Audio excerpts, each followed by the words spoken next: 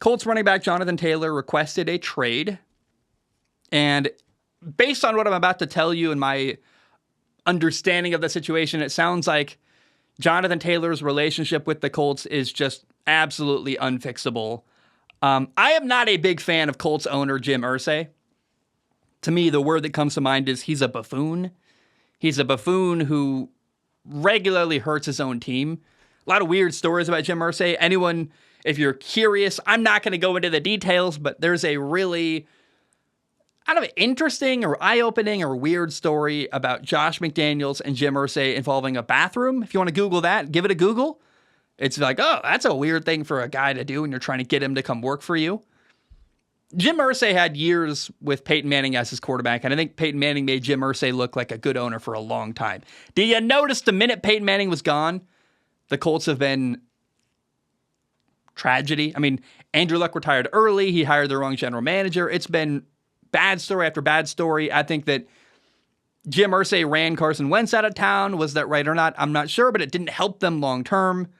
And running backs right now in the NFL are generally upset. A big message was sent to the NFL running backs around the league when Saquon Barkley, Tony Pollard, and Josh Jacobs all did not get long-term contracts. They all got franchise tagged. So running backs now in the NFL are more aware than ever of how they are getting screwed financially. Jim Irsay, the Colts owner, tweeted about this and called it inappropriate for running backs to ask for more money. And that did not sit well with Jonathan Taylor. He was not tweeting specifically about Jonathan Taylor, according to Jim Irsay. But you got to read the temperature of the room and realize, hey, you got a running back who's been a workhorse for you, who's getting paid next to nothing.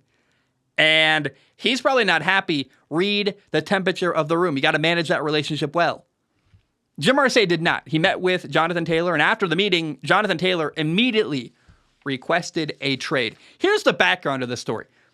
Jonathan Taylor's been in the NFL for 3 years, and in 3 years, he's run for 3,800 yards and 33 touchdowns. That's an average of over 1,000 yards a year. He was a second-round pick in 2020, and the second year in the NFL is his second year in 2021. He ran for almost 600 yards more than the next guy. He led the NFL in rushing and ran for 1,800 yards. He's on a rookie contract making $7 million over the course of 4 years. He's getting next to nothing compared to the value he's bringing. Again, let me repeat this. Jonathan Taylor ran for 1,800 yards in 2021, led the NFL in rushing by almost 600 yards more than the next guy.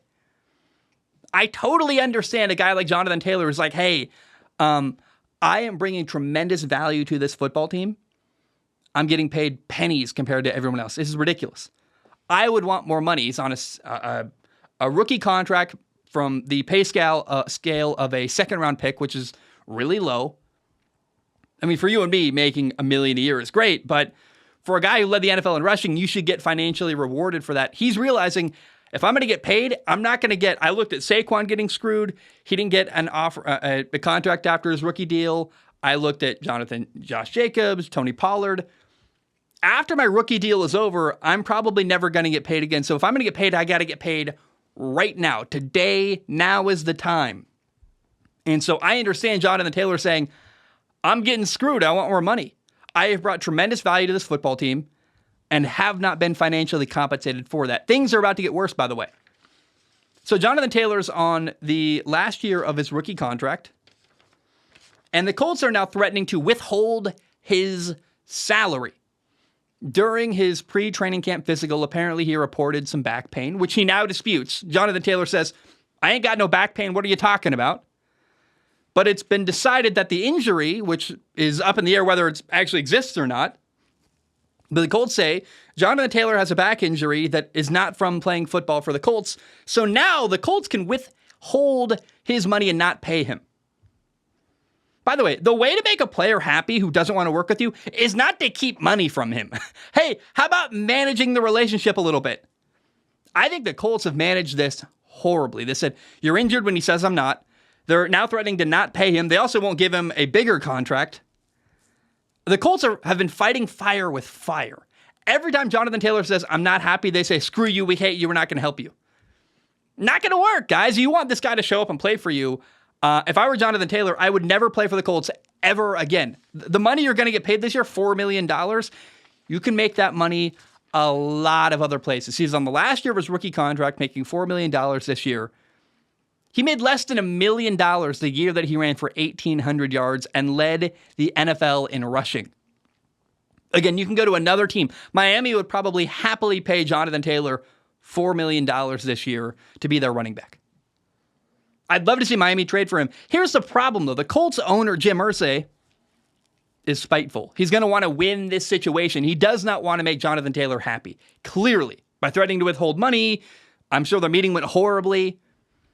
My prediction of this whole scenario, Jonathan Taylor unhappy, he's not getting paid more, wanting more money. The Colts saying, we don't want to, not only do we not want to pay you more money, we don't even want to pay you the money you have under contract right now.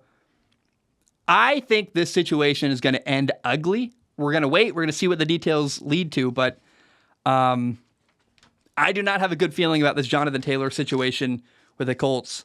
And I think a lot of the blame has to fall on their owner, Jim Irsay, who, to me, again, the word is buffoon. He just doesn't manage relationships very well. He does a lot of weird stuff. I know the fans like him because he's on Twitter and tweets to the fans, gives away stuff all the time.